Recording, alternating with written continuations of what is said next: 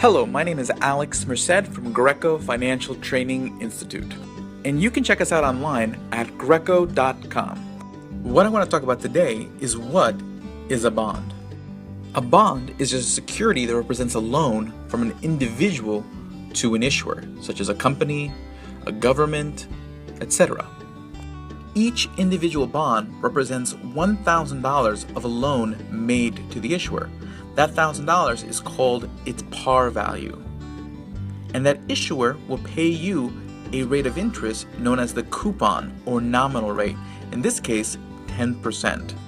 Now the investor will get back the original $1,000 par value at a set date in the future called the maturity date. In this example, we'll say it's 30 years later.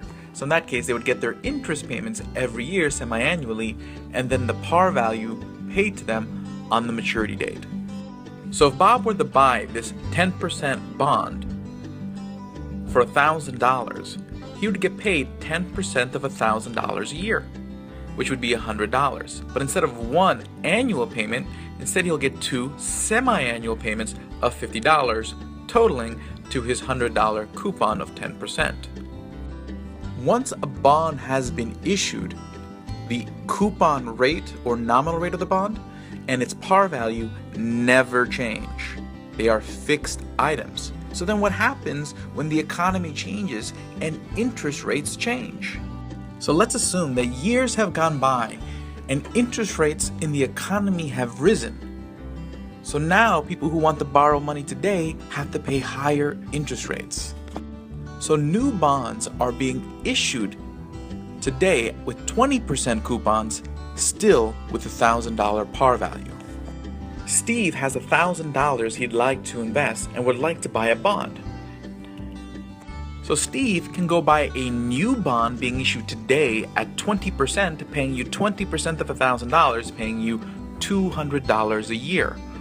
Or he can buy Bob's old 10%er, only paying him $100 a year. Well, for $1,000, if he can get 20%, Steve will purchase the 20% bond. So what if Bob wanted to sell his old 10% bond? Why would anyone pay him the price he paid of $1,000 for that bond when it only pays you $100 a year? So what's going to happen is that the only way Bob can sell his bond is to sell it at a discount to its original value of $1,000. So now his bond has become what's called a discount bond.